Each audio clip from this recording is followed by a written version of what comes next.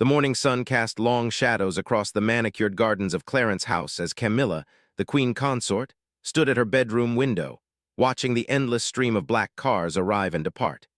Each vehicle was identical, armored, and accompanied by security personnel who moved with practiced precision. She sighed deeply, her breath fogging the glass slightly in the cool October air. "Another day, another convoy," she murmured to herself, turning away from the window and walking toward her dressing room. The routine had become predictable, even suffocating. Every journey, no matter how brief or mundane, required extensive planning, multiple vehicles, and a security detail that made simple errands feel like military operations. Her personal assistant, Margaret, appeared in the doorway with the day's schedule. A woman in her 50s with silver hair pulled back in a neat bun, Margaret had been with the royal household for over 2 decades and understood the delicate balance between protocol and personal preference. "Your Royal Highness, the schedule for today includes the charity luncheon at noon, followed by the hospital visit at 3:30, Margaret said, consulting her tablet. "The security team has already mapped both routes and will have the usual complement of vehicles ready." Camilla nodded absently, but her mind was elsewhere. She had been thinking about this for weeks now, ever since she had seen her friend Lady Patricia driving her own car through the streets of London, windows down, music playing, looking completely carefree. It had been such a simple moment, but it had stayed with her. "Margaret, I've been thinking about something," Camilla began, settling into the chair at her vanity. "What would it take for me to have my own car, something I could drive myself occasionally?" Margaret's eyebrows rose slightly, but she maintained her professional composure. "Your own car, ma'am, for personal use." "Yes, exactly. Not for official engagements, of course, but for those times when I want to visit a friend or perhaps drive to the countryside without the entire procession." Camilla picked up her hairbrush and began running it through her blonde waves. "Surely there must be a way to arrange something more informal." The request was not entirely unprecedented. Members of the royal family had been known to have personal vehicles, though they were rarely used independently. Margaret made a note on her tablet, her mind already working through the complex web of security protocols that would need to be considered. "I'll need to speak with the security detail, ma'am. There would be certain requirements that any personal vehicle would need to meet," Margaret replied carefully. "Perhaps I could arrange a meeting with Commander Harrison to discuss the possibilities." Commander James Harrison was the head of the Royal Protection Unit, a man who had spent 30 years in various security roles before being appointed to oversee the safety of the immediate royal family. He was thorough, methodical, and had a reputation for being extremely cautious when it came to any changes in established security procedures. "Yes, please arrange that," Camilla said, feeling a small spark of excitement. "But Margaret, I'd like this to remain between us for now. No need to involve Charles or William just yet. This is simply an inquiry." Margaret understood. The queen consort was seeking a measure of independence that had been increasingly elusive since her marriage to the then Prince of Wales. The constant presence of security, while necessary, had gradually eroded the simple freedoms that most people took for granted. Later that morning, as Camilla prepared for her charity luncheon, she found herself observing the security arrangements with new interest.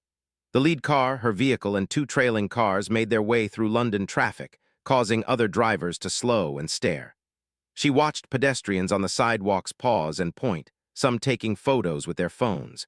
It was impossible to go anywhere unnoticed. The charity luncheon was held at the Dorchester Hotel, where Camilla was scheduled to speak about literacy programs for disadvantaged children. As always, the event was flawlessly organized. She moved through the reception, speaking with donors and volunteers, her smile genuine despite the formal atmosphere. But even here, surrounded by supporters and familiar faces, she felt the weight of constant observation. During her speech, she spoke passionately about the importance of giving children access to books and reading programs. "Every child deserves the opportunity to lose themselves in a story, to dream beyond their current circumstances," she said, her voice carrying clearly through the ballroom. "Reading opens doors that might otherwise remain forever closed." The applause was warm and sustained, but as Camilla looked out over the audience, she realized that she, too, felt somewhat trapped behind doors that seemed difficult to open. The irony was not lost on her. After the luncheon, during the drive to the hospital visit, Camilla brought up the subject of the personal car again with Margaret. who was accompanying her in the back seat of the Bentley. "Have you had a chance to speak with Commander Harrison yet?" she asked quietly, mindful of the driver and security personnel who might overhear. "I've scheduled a preliminary meeting for tomorrow morning, ma'am," Margaret replied. He seemed cautious about the idea but willing to discuss the parameters. That afternoon's hospital visit went smoothly. Camilla spent time with children in the pediatric ward, reading stories and speaking with their families. One little girl, no more than 7 years old, asked her directly, "Do you ever get to drive a car like my mummy does?" The question caught Camilla off guard. "Well, That's a very good question, sweetheart. Sometimes grown-ups have different rules about cars." The child nodded seriously. "My mummy says driving makes her feel happy because she can choose where to go." The simple wisdom of the statement stayed with Camilla throughout the remainder of the visit. Choose where to go. When was the last time she had truly chosen her own destination, her own route, her own timing? That evening, back at Clarence House, Camilla sat in her private sitting room with a cup of tea, reviewing some papers from various charities she supported. Charles was attending a dinner with agricultural ministers and wouldn't be home until late. The house felt unusually quiet without the usual bustle of official business. She found herself thinking about the cars she had owned before her marriage to Charles. There had been a blue Mini Cooper that she had adored, small and nimble, perfect for zipping through London traffic or taking weekend trips to the countryside. She remembered the feeling of rolling down the windows on a warm day, the sense of freedom that came with choosing your own route and stopping wherever you pleased. Her phone buzzed with a text from her daughter-in-law, Catherine, asking about weekend plans. Catherine had mentioned that she and William sometimes took the children on impromptu drives to explore different parts of the countryside, stopping at small villages and local shops. It sounded wonderfully spontaneous. Camilla set down her papers and walked to her computer. She opened a web browser and, feeling slightly self-conscious, typed "Best Cars for Personal Use UK" into the search box. Pages of results appeared, showing everything from practical family sedans to luxury sports cars. She clicked through several websites, reading reviews and specifications with growing interest. A Range Rover caught her attention. The reviews praised its comfort, reliability, and excellent safety features. It was substantial enough to feel secure but not so ostentatious as to draw unwanted attention. She bookmarked the page and continued browsing. She found herself looking at photos of the countryside, imagining drives through rolling hills and quaint villages. There was a garden center in the Cotswolds that she had always wanted to visit, but the logistics of arranging an official visit had always seemed overwhelming. With her own car, she could simply decide to go on a Saturday morning. The more she thought about it, the more determined she became. This wasn't about rejecting her responsibilities or avoiding security altogether. It was about reclaiming small moments of normalcy in a life that had become increasingly structured and public. Margaret knocked on the door and entered with the next day's briefing materials. "Your Royal Highness, I've confirmed the meeting with Commander Harrison for 10 o'clock tomorrow morning. He's asked if you could provide some specific scenarios where you might want to use a personal vehicle, so he can assess the security implications." Camilla smiled, feeling more energized than she had in weeks. "Tell him I'll have a list ready. Margaret, I want you to know that I appreciate your help with this. I know it's adding to your workload." "Not at all, ma'am. I think it's a perfectly reasonable request. Perhaps we could also research some suitable vehicles just to have options ready for discussion." "I've actually started looking already," Camilla admitted, gesturing toward her computer screen. "There are quite a few possibilities." Margaret approached and looked at the Range Rover image on the screen. "That's a sensible choice, ma'am. Reliable, safe, and not too conspicuous. Shall I arrange for some brochures to be sent over?" "Yes, please do, and Margaret, thank you for not making me feel foolish about this." "Ma'am, wanting a bit of independence is hardly foolish. If anything, it shows a healthy desire to maintain connection with the way most people live their daily lives." That night, Camilla lay in bed thinking about the possibilities. She imagined driving herself to visit old friends, stopping at farmers' markets, or simply taking a scenic route when traveling between engagements. The prospect of such simple freedoms felt both exciting and slightly rebellious. She thought about the little girl at the hospital who had asked about driving. Children had such a natural understanding of the connection between mobility and freedom. Perhaps it was time to reclaim some of that spirit. As she drifted off to sleep, Camilla was already planning what she would say to Commander Harrison the next morning.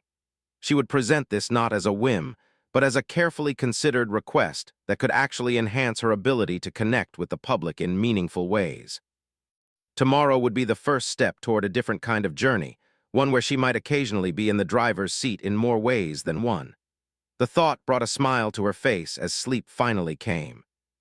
The security meeting would determine whether this dream of automotive independence was possible, or if it would remain just another wish that couldn't be accommodated within the complex world of royal protocol and protection. But for tonight, at least, the possibility existed, and that was enough to fill her with a sense of anticipation she hadn't felt in years. Outside her window, the night shift security team made their regular patrols, unaware that their principal was quietly planning a subtle revolution in how she moved through the world.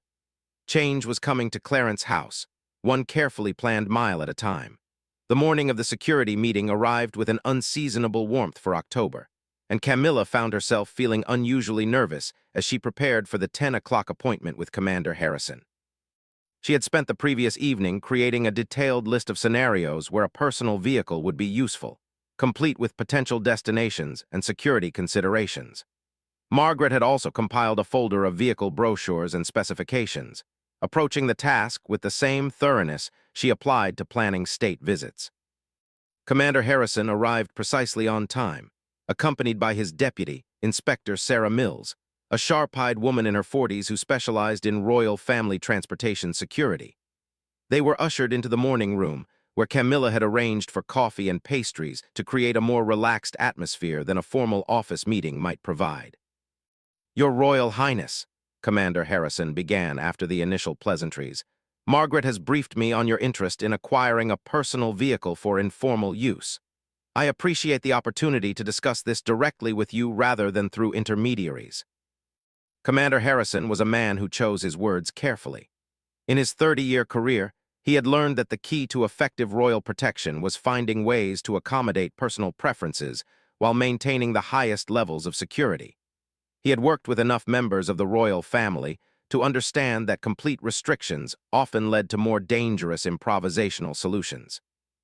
"I've prepared some specific examples of when such a vehicle might be useful," Camilla said, referring to her notes. "For instance, visiting friends in the countryside on weekends, attending small charity events that don't require full official protocols, or simply having the option to take a different route when traveling between scheduled appointments." Inspector Mills leaned forward slightly. "Ma'am, could you give us a sense of how often you might want to use this vehicle independently? Are we talking about daily use, weekly, or more occasional trips?" Camilla considered the question carefully. "I would say perhaps once or twice a week initially, maybe more as I become comfortable with the arrangement. I'm not looking to eliminate security entirely, but rather to have options for smaller-scale protection when the situation warrants it." Commander Harrison nodded, making notes. "That frequency seems manageable from a security standpoint. The key would be ensuring that any personal vehicle meets our technical requirements for protection and communication, and that we develop protocols for different types of journeys." They spent the next hour discussing practical details. The vehicle would need to be armored to a certain level, equipped with secure communication systems, and fitted with GPS tracking. More importantly, there would need to be clear guidelines about when the personal vehicle could be used versus when full convoy protection was necessary. "The good news," Inspector Mills said, "is that we've been developing lighter security protocols for other family members who occasionally prefer more low-key transportation. We could adapt those procedures for your specific needs." Camilla felt a surge of optimism. This was going better than she had hoped. What would the next steps be? "We would need to select an appropriate vehicle and have it modified by our approved security contractors," Commander Harrison explained. "The process typically takes 6 to 8 weeks once we've identified the specific make and model. We'd also need to train a small team of drivers who could accompany you when you prefer not to drive yourself." "But I would be able to drive myself sometimes?" Camilla asked, wanting to confirm this crucial point. "Within certain parameters, yes. Short distances, familiar routes, and situations where we've conducted advanced security assessments. You would never be completely alone, of course, but we could arrange for very discreet tail car support." Margaret showed the security team the vehicle brochures she had collected. They discussed various options, from practical sedans to more robust SUVs. Commander Harrison was particularly interested in the Range Rover that had caught Camilla's attention, noting that it provided good visibility, had excellent safety ratings, and could be armored without significantly altering its appearance. The Range Rover would be my recommendation as well, Inspector Mills added. It's substantial enough to provide good protection but common enough not to draw attention. Many affluent individuals drive similar vehicles, so it wouldn't immediately scream royal family to casual observers. After the security team departed, promising to provide a detailed proposal within a week, Camilla felt energized in a way she hadn't experienced in months. The project was moving from fantasy to reality, and she found herself already mentally planning her first independent journey. That afternoon, she had lunch with her friend Lady Caroline, an old acquaintance who lived in a beautiful house in Chelsea. As they sat in Caroline's sun-filled conservatory, Camilla found herself sharing her automotive plans. "A personal car? How wonderfully rebellious of you," Caroline laughed, setting down her teacup. "I remember when you first started dating Charles, you mentioned missing your little blue car. What was it, a Mini?" "Mini Cooper," Camilla confirmed. "I loved that car. It was so easy to park anywhere, and I could just hop in and drive to wherever I wanted to go. No planning, no advanced teams, no worrying about traffic disruptions." Caroline nodded sympathetically. "You know, I was thinking about this the other day when I drove down to see my sister in Bath. I left on impulse, stopped at 3 different antique shops along the way, and had lunch at a pub I'd never heard of before. The whole experience was absolutely delightful precisely because it was unplanned." "That's exactly what I'm hoping to recapture, at least to some degree," Camilla said. "Obviously, I can't be completely spontaneous, but the idea of having more flexibility in how I travel is quite appealing." They discussed practical matters, like where Camilla might want to drive and what kinds of destinations would work well for informal visits. Caroline suggested several country pubs, small museums, and garden centers that would be perfect for low-key outings. "You should definitely visit Dalesford Organic," Caroline recommended. "It's about an hour-and-a-half drive through beautiful countryside, and they have the most wonderful farm, shop, and cafe. Very relaxed atmosphere, and you could easily spend a morning there without creating any fuss." Camilla made a mental note to add Dalesford to her list of potential destinations. The conversation with Caroline reinforced her conviction that this car project was worth pursuing. It wasn't about escaping her responsibilities, but rather about finding ways to fulfill them more naturally and enjoyably. Later that week, Margaret received the security proposal from Commander Harrison's team. The document was thorough, outlining vehicle specifications, modification requirements, driver training protocols, and operational guidelines. The cost was substantial but not unreasonable given the security enhancements that would be necessary. "The timeline they've proposed is quite good," Margaret reported during their morning briefing. "They can have a suitable Range Rover identified and purchased within 2 weeks, with modifications completed within 6 weeks after that. They've also suggested starting with a limited trial period to see how the arrangements work in practice." Camilla was pleased with the professional approach the security team had taken. Rather than dismissing her request or burying it in bureaucratic obstacles, they had treated it as a legitimate operational challenge to be solved. "There's one aspect we haven't discussed yet," Margaret continued, consulting her notes. "Commander Harrison has suggested that we inform Prince William about the project before proceeding. As second in line to the throne and given his role in family security matters, he feels William should be aware of any significant changes to established protocols." Camilla paused, considering this suggestion. She had hoped to keep the project quiet until it was further along, but she understood the security logic behind involving William. His own experience with balancing royal duties and personal preferences might actually be helpful. "You're right, of course. William should know. Could we arrange for him to join us for the final vehicle selection? He might have useful insights, and it would be good to have his support for the project."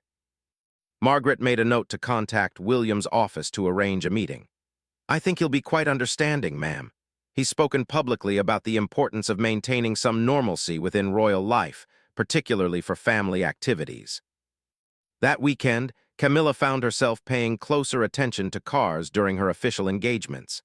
At a ribbon-cutting ceremony for a new community center, she watched as local officials arrived in their own vehicles, parked casually along the street, and walked up to the event without any elaborate security procedures. The simplicity of it was enviable. During the drive back to Clarence's house after the ceremony, she mentioned her observations to her current security detail.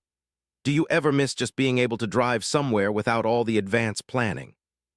The lead protection officer, Detective Inspector Robert Walsh, glanced at her in the rearview mirror. "I understand the appeal, ma'am. Most of us joined the protection unit because we wanted to serve, but I think everyone appreciates having some downtime where we can just drive to the shops or visit friends without thinking about routes and protocols."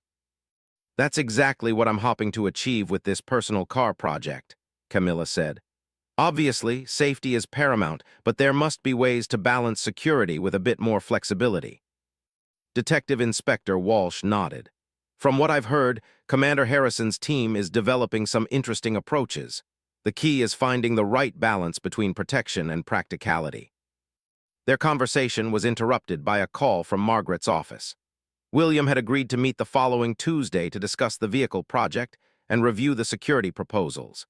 He had expressed genuine interest in the idea and had mentioned that he might have some suggestions based on his own experiences with more informal transportation arrangements. As they pulled up to Clarence's house, Camilla felt a sense of momentum building around her automotive independence project. What had started as a wistful thought while watching her friend drive freely through London was becoming a concrete plan with timelines, specifications, and support from the security team. That evening, she called her son Tom from her previous marriage to tell him about the project. As someone who had grown up adjacent to, but not fully within the royal family structure, Tom had always maintained a more conventional relationship with automobiles. "Mum, that sounds brilliant," Tom said enthusiastically. "I was wondering when you'd get tired of all those official convoys. Remember when you used to drive us around in that old Volvo? You were always taking us on these spontaneous adventures to places you'd heard about." The memory made Camilla smile. "I do remember those trips. We'd just pile into the car and explore different parts of the countryside.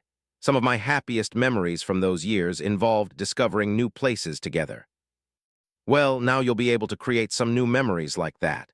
And honestly, I think it will be good for you to have that kind of flexibility again. You've always been happiest when you have some degree of independence." After hanging up, Camilla sat quietly in her study, looking out at the evening light filtering through the trees in the garden. Tom's support meant a great deal to her. He understood better than most how much she had adapted her lifestyle to fit royal expectations, and his encouragement confirmed that seeking this small measure of independence was not selfish or unreasonable. The meeting with William was now just a few days away, and then she would know whether this automotive adventure could truly become reality. For the first time in years, she was planning something that felt genuinely exciting, something that would reconnect her with the simple pleasure of choosing her own route through the world. Outside her window, the security patrol made its regular rounds, unaware that their careful vigilance might soon extend to protecting a queen consort who occasionally wanted to drive herself to the garden center or visit a friend for tea. The thought made her chuckle softly as she prepared for bed, already imagining the feeling of her hands on the steering wheel and the open road ahead. Tuesday morning arrived with a crisp autumn chill, and Camilla found herself checking her appearance in the mirror more carefully than usual before her meeting with William. While their relationship had evolved into one of mutual respect and genuine affection over the years, she still felt a slight nervousness when presenting new ideas to her stepson. His opinion mattered greatly, both personally and practically, given his position in the line of succession and his influence on family security matters. William arrived at Clarence's house promptly at 11, accompanied only by his protection officer, which Camilla appreciated. It suggested he was treating this as a family conversation rather than an official consultation. He looked relaxed in casual clothes, having come directly from dropping the children at school, and his easy smile helped put her at ease. "Camilla, Margaret mentioned you're planning to join the ranks of London drivers again," he said with amusement as they settled in the morning room. "I have to say, I'm impressed by your courage. Traffic has only gotten worse since you last had to navigate it yourself." They shared coffee while Margaret presented the security proposals and vehicle specifications that had been developed over the previous week. William listened attentively, asking detailed questions about the protection modifications and operational protocols. His military background and experience with royal security matters were evident in his observations. "The Range Rover choice makes sense," he said, examining the brochures. "It's substantial enough to provide good protection but ubiquitous enough not to draw attention. Catherine and I use something similar for family trips, and we found it's perfect for maintaining some anonymity when we want to avoid full convoy arrangements." Camilla felt encouraged by his supportive tone. "I was hoping you might have some practical advice about balancing security concerns with the desire for more informal travel options." William nodded thoughtfully. "The key thing we've learned is that the security team needs advance notice, even for spontaneous trips. We can't just decide on a whim to drive somewhere, but we can plan flexible itineraries that allow for some improvisation along the way. For instance, we might plan a route to a specific destination but leave the return timing open, or plan to visit a general area with several possible stops rather than a rigid schedule." They discussed practical scenarios where personal transportation would be most beneficial. William shared his own experiences with taking the children on low-key outings, describing how they had developed a system of planned flexibility that satisfied security requirements while still allowing for genuine family experiences. "One thing to consider," William added, "is how the press will react when they inevitably discover that you're driving yourself occasionally. There will probably be photos and commentary, but our experience has been that the public generally responds positively to seeing family members engaged in normal activities." This was an aspect Camilla hadn't fully considered.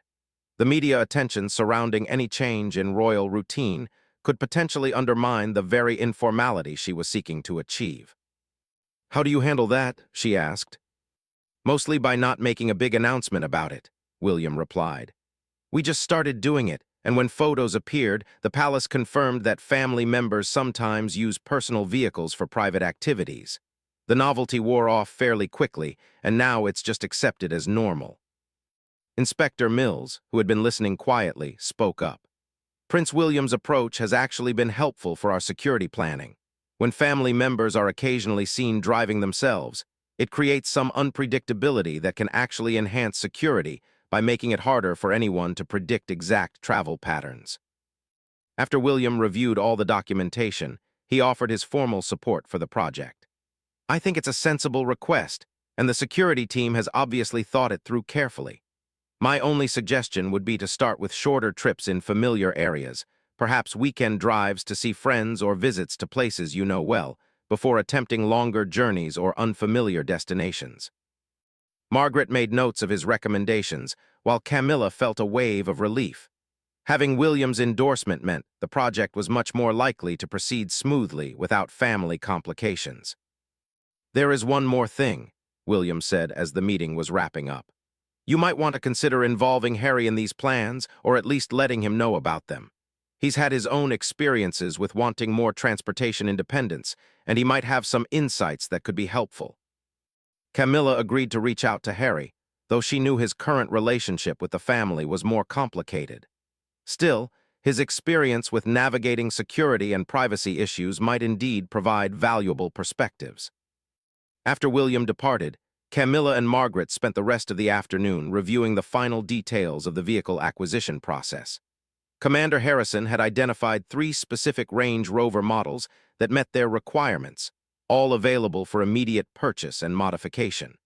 The security contractor had confirmed they could complete the necessary enhancements within the projected timeline. "I think we should proceed with the purchase authorization," Margaret suggested. "All the approvals are in place, the financing has been arranged, and Commander Harrison's team is ready to begin the modification process as soon as we select the specific vehicle." Camilla felt a flutter of excitement mixed with nervousness. After weeks of planning and discussion, they were about to take the concrete step that would turn this dream into reality. "Let's do it," she decided. "The dark blue Range Rover that we looked at last week. It's elegant but not too conspicuous, and the interior is comfortable for longer drives." Margaret made the necessary calls, while Camilla found herself already planning potential destinations. The Cotswolds Garden Center that Caroline had recommended was definitely on the list, along with several National Trust properties that she had wanted to visit but hadn't been able to work into official schedules. That evening, she called her sister Annabel to share the news about the car project. Annabel had always been supportive of Camilla's efforts to maintain some personal independence within the constraints of royal life. "About time," Annabel said with characteristic directness. "I was wondering when you'd get tired of traveling everywhere in those enormous convoys. Do you remember when we used to drive down to the coast on summer weekends? Some of those were the best trips we ever took." "That's exactly what I'm hoping to recapture," Camilla replied. "Obviously, the circumstances are different now, but the basic pleasure of choosing your own route and timing should still be possible." Annabel offered to be a test passenger for some of the initial drives. "I'd love to explore some new places with you once you get comfortable with the arrangements.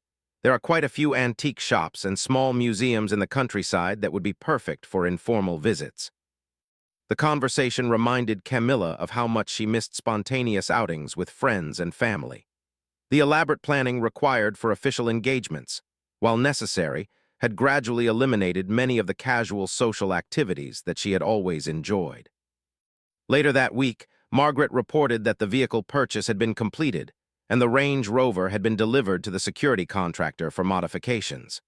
The process would take approximately 5 weeks, during which time the armoring, communications equipment, and tracking systems would be installed and thoroughly tested. "Commander Harrison has also arranged for driving assessment sessions," Margaret added.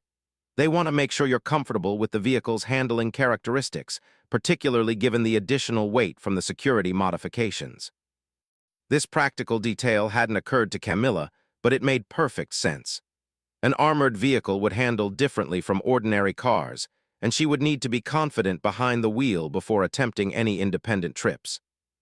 They also received the preliminary training schedule for the security team members who would provide discreet support for personal vehicle operations.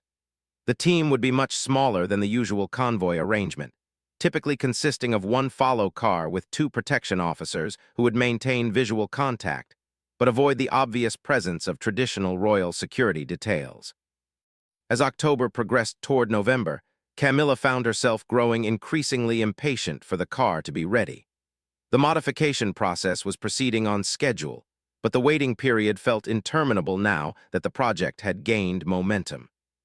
During this time, she began researching potential destinations more systematically. She created a file of interesting places within reasonable driving distances from London, organizing them by region and type of activity. Garden centers, historic houses, small museums, country pubs, and antique shops all made the list, along with notes about accessibility, parking, and the likelihood of being able to visit without creating disruptions. One destination that particularly appealed to her was a small village in Oxfordshire where there was both a renowned bookshop and a historic church that she had read about but never visited. The combination would make for a perfect afternoon drive, the kind of cultural exploration that had become difficult to arrange through official channels. She also researched driving routes that would be scenic and enjoyable in themselves. The Cotswolds, the Chiltern Hills, and various parts of Surrey and Kent offered beautiful countryside drives that could be destinations in their own right. The idea of simply driving through pretty villages and rolling landscapes without any particular agenda beyond enjoying the scenery was increasingly appealing. Margaret suggested that they might also consider using the personal vehicle for some smaller charity engagements, particularly visits to local organizations that might actually prefer a less formal approach than full royal protocol provided. Some of the smaller charities have mentioned that they feel overwhelmed by the elaborate arrangements required for official visits, Margaret noted.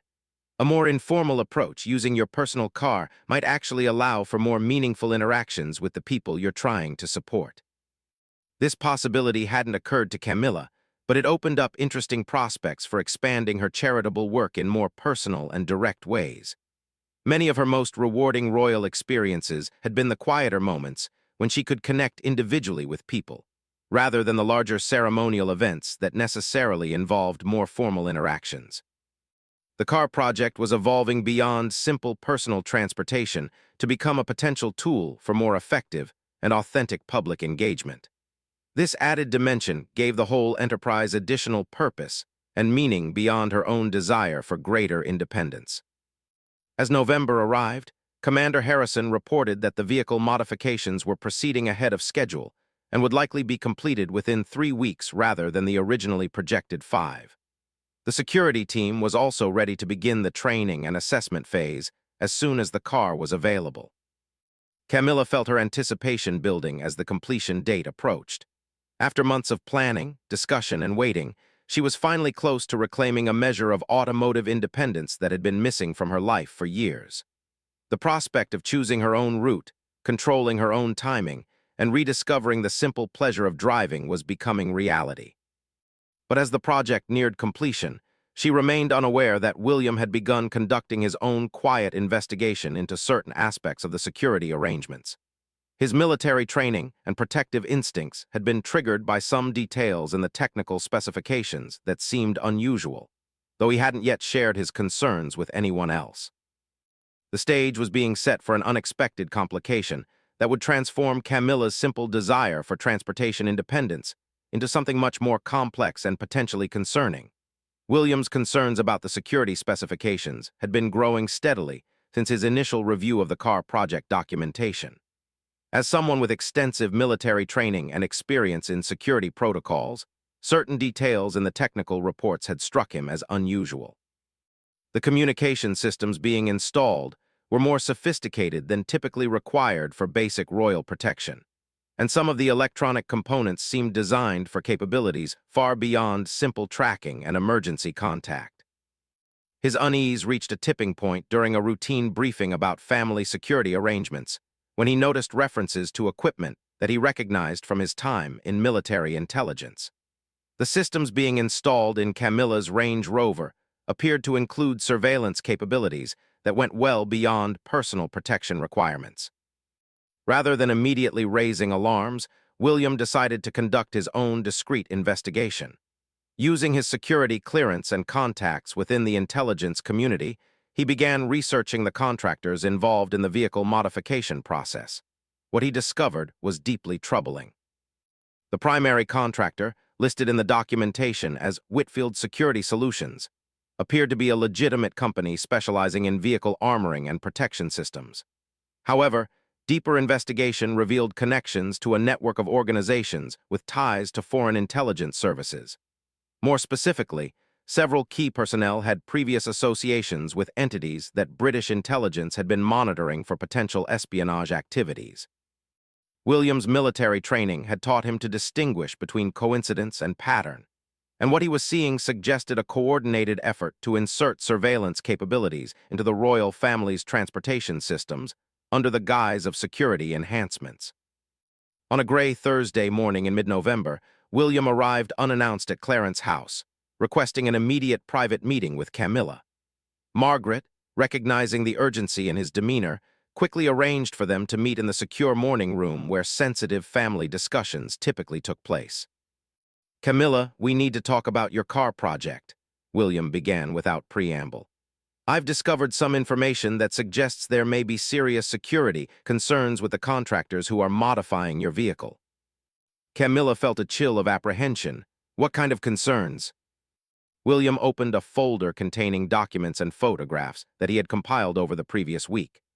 "The company doing your modifications has connections to organizations that are under surveillance by our intelligence services. Some of the equipment they're installing in your car isn't standard protection gear. It appears to include surveillance systems that could potentially be used to monitor your movements, conversations, and activities." The revelation hit Camilla like a physical blow. What had been an exciting project to reclaim some personal independence was suddenly revealed as a potential security nightmare. "Are you saying that someone is trying to spy on me through my own car?" "That's exactly what I'm saying," William confirmed grimly. "The sophistication of this operation suggests it's not just opportunistic criminals or aggressive journalists. This appears to be a coordinated intelligence operation by a foreign power." Margaret, who had been listening in growing alarm, spoke up. "But how is this possible? Commander Harrison's team selected the contractors. Surely they would have conducted proper background checks." William's expression darkened further. "That's what makes this particularly concerning. Either there's been a massive failure in our security vetting procedures, or someone within our own security apparatus has been compromised. The implications were staggering. If foreign agents had managed to infiltrate the royal protection system, the security of the entire family could be at risk. Camilla's innocent desire for transportation independence had inadvertently uncovered what might be a significant espionage operation. "What do we do now?" Camilla asked, struggling to process the magnitude of the situation. "First, we need to immediately halt the modification work and secure the vehicle," William replied. "Then we need to bring in MI5 to investigate the full scope of this operation. This is no longer just about your car, it's about the integrity of royal family security."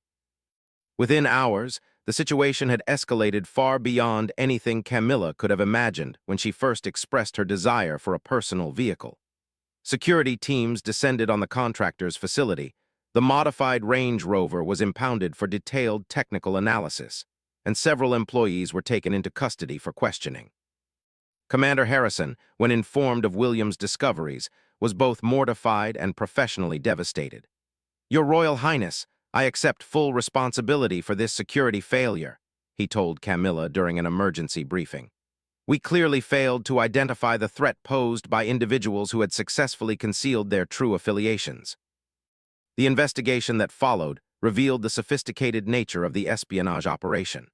The surveillance equipment that had been installed in Camilla's vehicle was capable of recording conversations, tracking precise locations, monitoring cell phone communications within the car, and even activating recording devices remotely when the vehicle was parked. The information gathered would have provided unprecedented insight into royal family activities, relationships, and private conversations.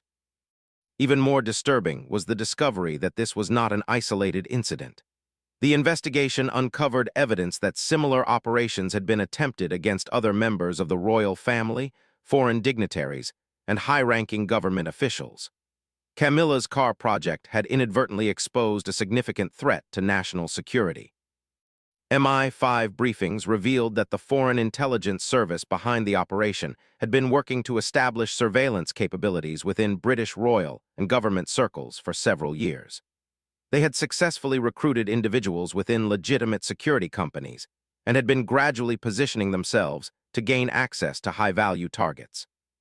The sophistication of this operation indicates months, possibly years of planning, the MI5 briefing officer explained to Camilla and William. "They were particularly interested in the Queen Consort because of your unique position in royal family dynamics and your access to information about both official state business and private family matters." Camilla found herself grappling with the disturbing realization that her routine activities and conversations could have been valuable intelligence targets. The privacy she had taken for granted, even within the constraints of royal life, had been under systematic threat. The media implications of the security breach were carefully managed. Public announcements referred only to irregularities in security contractor vetting procedures and enhanced screening protocols for royal protection services. The full extent of the foreign espionage operation remained classified, though investigative journalists began reporting on unusual activity within the security industry. For Camilla personally, the incident was transformative in unexpected ways. The violation of privacy that had been planned felt deeply personal, even though it had been prevented before any sensitive information could be compromised. The knowledge that foreign agents had been specifically targeting her movements and conversations created a new awareness of the very real security threats that surrounded royal family life. "I feel quite naive about how trusting I was of the whole process," she confided to Margaret during one of their morning briefings in the weeks following the revelation. "I was so focused on the possibility of having more independence that I never questioned whether the security arrangements themselves might be compromised." Margaret, who had also been shaken by the discovery that she had unknowingly been involved in facilitating a potential espionage operation, was equally reflective. "None of us anticipated this level of sophistication. We were all thinking about traditional security threats, not about the security providers themselves being compromised." The investigation continued for several weeks, with arrests made not only in the UK, but also in several other countries as the international scope of the operation became clear. Security procedures for the royal family underwent comprehensive review and revision, with new protocols established for vetting contractors and monitoring equipment installations. For Camilla, the most difficult aspect was informing Charles about the situation. As king, he needed to be fully briefed on the security implications, but she also felt responsible for having inadvertently created a vulnerability that could have affected the entire family. "I wanted something as simple as being able to drive to the garden center," she told him during a private conversation in his study. "Instead, I nearly gave foreign spies complete access to our private lives." Charles, who had been briefed by both William and the security services, was reassuring rather than critical. "Camilla, your desire for some personal independence was entirely reasonable. The failure was in our security systems, not in your request. If anything, your car project has helped us discover and address a significant threat that we might not have detected otherwise." His support meant a great deal, but Camilla still struggled with the knowledge that her pursuit of greater freedom had led to such a serious security incident. The irony was not lost on her that seeking more independence had resulted in even greater scrutiny and protection measures. William, meanwhile, was dealing with his own reactions to having uncovered the espionage operation. His military instincts had proven correct, but the discovery that foreign agents had come so close to successfully infiltrating royal family security was professionally and personally disturbing. "I keep thinking about what might have happened if I hadn't noticed those technical specifications," he told Catherine during a quiet evening at home. "They could have been listening to private conversations, tracking family movements, gathering intelligence for months without anyone realizing it." The broader implications extended beyond just the royal family. The investigation revealed that similar operations had been attempted against government ministers, senior military officers, and other high-profile individuals. Camilla's car project had inadvertently exposed a much larger intelligence operation that threatened national security at multiple levels. As November progressed into December, the immediate crisis had been contained, but its effects continued to reverberate through royal family routines and security procedures. The simple pleasure of automotive independence that Camilla had sought now seemed like a luxury that might never be safely achievable given the sophisticated nature of modern espionage threats. The Range Rover that had been intended to provide freedom had instead become evidence in an international intelligence investigation. Where once there had been anticipation and excitement about reclaiming some personal independence, there was now wariness about any changes to established security protocols. Yet despite the disturbing nature of what had been uncovered, both Camilla and William recognized that the incident had ultimately strengthened royal family security by exposing vulnerabilities that could have been exploited for years without detection. The cost of that knowledge, however, was the sobering realization that the threats facing the royal family were more sophisticated and pervasive than anyone had previously understood. As the year drew toward its close, the question that remained was whether it would ever be possible to achieve the kind of informal transportation independence that Camilla had originally sought, or whether the modern security landscape had made such simple freedoms permanently unrealistic for members of the royal family. The aftermath of the espionage discovery created a period of intense reflection and security reassessment that extended well into the new year. Camilla found herself navigating not only the practical implications of the failed car project, but also the psychological impact of knowing that foreign agents had specifically targeted her for surveillance. The incident had transformed her understanding of the delicate balance between royal duty and personal freedom. In January, after the most urgent security reviews had been completed, Camilla met with a new security team that had been assembled specifically to address the vulnerabilities exposed by the espionage operation. The team was led by Deputy Commander Sarah Chen, a cybersecurity specialist who had been recruited from the intelligence services to modernize royal protection protocols. "Your Royal Highness," Deputy Commander Chen began during their first meeting, "we've conducted a comprehensive analysis of what went wrong with the original car project, and we believe we can now offer you some transportation alternatives that meet both your independence desires and our enhanced security requirements." The new proposals were markedly different from the original plans. Rather than a single personal vehicle with potentially compromised modifications, the team suggested a rotation of different cars, each maintained and secured by separate contractors who would be subject to ongoing surveillance and verification. The vehicles would be less extensively modified, but would still meet basic protection requirements. The key insight from recent events, Deputy Commander Chen explained, is that we need to avoid creating single points of failure in our security systems. By using multiple vehicles and multiple contractors, we reduce the risk that any one compromised element could jeopardize your safety. Margaret, who had been deeply affected by her unwitting involvement in the security breach, was initially skeptical of any new transportation plans. "Are we certain that we can prevent similar infiltration attempts in the future?" she asked. "No security system is perfect," Deputy Commander Chen acknowledged, "but we now have much better awareness of the types of threats we're facing and more robust procedures for detecting and preventing them. We've also established ongoing intelligence sharing with MI5, specifically focused on protecting royal family security from foreign espionage." Camilla listened carefully to the new proposals, but found herself struggling with conflicting emotions. Part of her still yearned for the independence that a personal vehicle would provide, but the knowledge of what had been attempted made her question whether such freedom was worth the risks involved. "I need some time to consider this," she told the security team. "The original car project started as something simple and became something quite frightening. I want to make sure that any new arrangements truly serve their intended purpose without creating unexpected vulnerabilities." Over the following weeks, Camilla discussed the situation extensively with family members, particularly William, whose discovery of the espionage operation had likely prevented a significant intelligence breach. Their conversations helped her process not only the practical security considerations, but also the broader implications of living under constant threat of surveillance.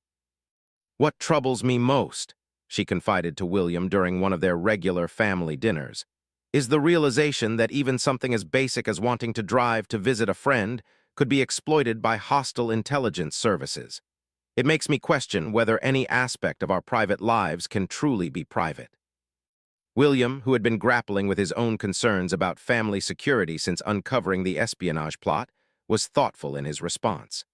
"I think we have to find a middle ground between complete isolation and naive vulnerability. The threats are real, but we can't let them prevent us from living meaningful lives within the constraints of our roles." His perspective helped Camilla begin to develop a more nuanced approach to the transportation question. Rather than seeing it as a choice between complete freedom and total restriction, she began to consider more modest compromises that might achieve some of her independence goals without creating excessive security risks. In February, she decided to accept a modified version of the new security team's proposals. Instead of one personal vehicle for regular use, she would have access to a small pool of cars for specific, pre-planned journeys. The vehicles would be less extensively modified than originally planned, but would still meet basic protection standards. More importantly, each use would be subject to advanced security planning, but with much more flexibility than traditional full convoy arrangements. "I think this represents a reasonable compromise," she told Margaret as they reviewed the final protocols. "I won't have the complete spontaneity I originally wanted, but I'll have significantly more flexibility than current arrangements provide, and I'll be able to drive myself in controlled circumstances." The first test of the new arrangements came in March, when Camilla used one of the designated vehicles to visit her friend Lady Caroline in Chelsea. The trip was planned with 24 hours' notice, used a moderately armored sedan rather than an official vehicle, and was accompanied by only one discreet protection car rather than a full convoy.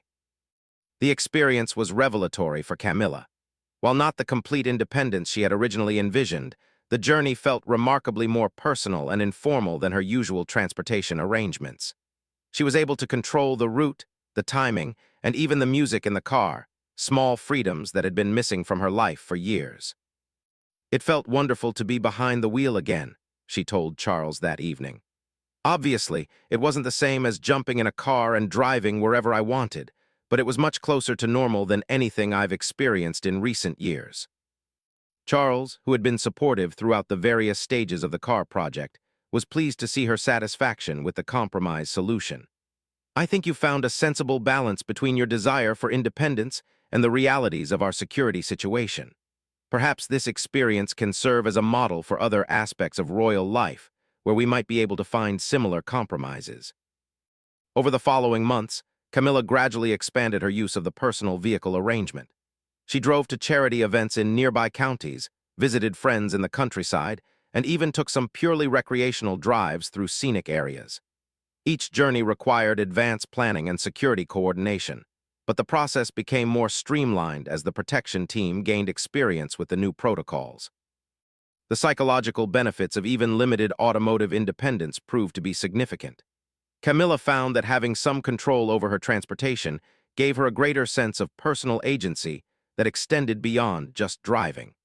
The confidence that came from successfully navigating traffic and managing her own travel logistics seemed to strengthen her overall sense of autonomy within royal constraints. By summer, the new transportation arrangements had become routine, and Camilla realized that she had achieved much of what she had originally sought, albeit through a more complex and security-conscious process than she had initially envisioned. The espionage incident, while disturbing, had ultimately led to both enhanced security and greater personal flexibility. The broader implications of the security breach continued to reverberate through royal family life in positive ways. The enhanced awareness of modern espionage threats led to improved protection procedures that better balanced security with the family's desire for relatively normal experiences. Other family members benefited from the lessons learned through Camilla's car project, with several adopting similar flexible transportation arrangements. William, reflecting on the entire experience during a family gathering in August, observed that the incident had taught them all valuable lessons about the evolving nature of security threats. "We learned that we can't simply trust traditional security procedures in an era of sophisticated foreign intelligence operations," he noted. "But we also learned that we can adapt and find new ways to maintain both safety and some degree of personal freedom." Margaret, whose role had evolved to include coordination with the enhanced security protocols, found that the experience had made her much more aware of potential threats, while also giving her tools to help Camilla achieve greater independence within appropriate security constraints. "The process was frightening when we discovered what had been attempted," she reflected, "but ultimately it led to arrangements that serve Your Majesty's needs much better than our original plans would have." As autumn arrived, marking nearly a year since Camilla had first expressed her desire for personal transportation, she was able to look back on the experience with a mixture of satisfaction and soberness. The simple wish to drive to a garden center had evolved into an international espionage investigation, a complete overhaul of royal security procedures, and ultimately a workable compromise that provided both safety and independence. The final irony of the situation was that Camilla's automotive independence, when finally achieved, proved to be more meaningful and satisfying than her original plans might have been. The security challenges had forced her to think more carefully about what she truly valued about driving, leading to arrangements that focused on the most important aspects of automotive freedom while accepting necessary constraints in other areas. On a crisp October morning, exactly 1 year after her first conversation with Margaret about wanting a personal car, Camilla drove herself to the Cotswolds Garden Center that had been one of her original planned destinations. The journey required advanced coordination, security support, and careful planning, but as she walked through the nursery selecting plants for her garden, she felt a deep satisfaction that had nothing to do with the flowers she was purchasing. The simple act of choosing to visit this place, driving herself there, and controlling her own schedule represented a victory of personal agency over institutional constraint. The path to achieve this freedom had been far more complex than anticipated, but the destination had proven worth the complicated journey. As she loaded her purchases into the car for the drive home, Camilla reflected that perhaps the most valuable lesson of the entire experience was that meaningful independence often required accepting appropriate limitations. True freedom, even for members of the royal family, was not about the absence of all constraints, but about finding ways to exercise personal choice within the realities of responsibility and security. The car that took her home that afternoon was not the Range Rover she had originally selected, and the journey was not the spontaneous adventure she had first imagined. But the sense of personal autonomy she felt behind the wheel was real, hard-won, and deeply satisfying. In finding her way to this compromise solution, she had discovered something valuable not just about transportation, but about the possibilities for maintaining personal identity within the unique demands of royal life. The espionage plot that had threatened to turn her car into a surveillance device had instead become the catalyst for finding a better balance between duty and personal freedom, a balance that would serve her well in the years ahead.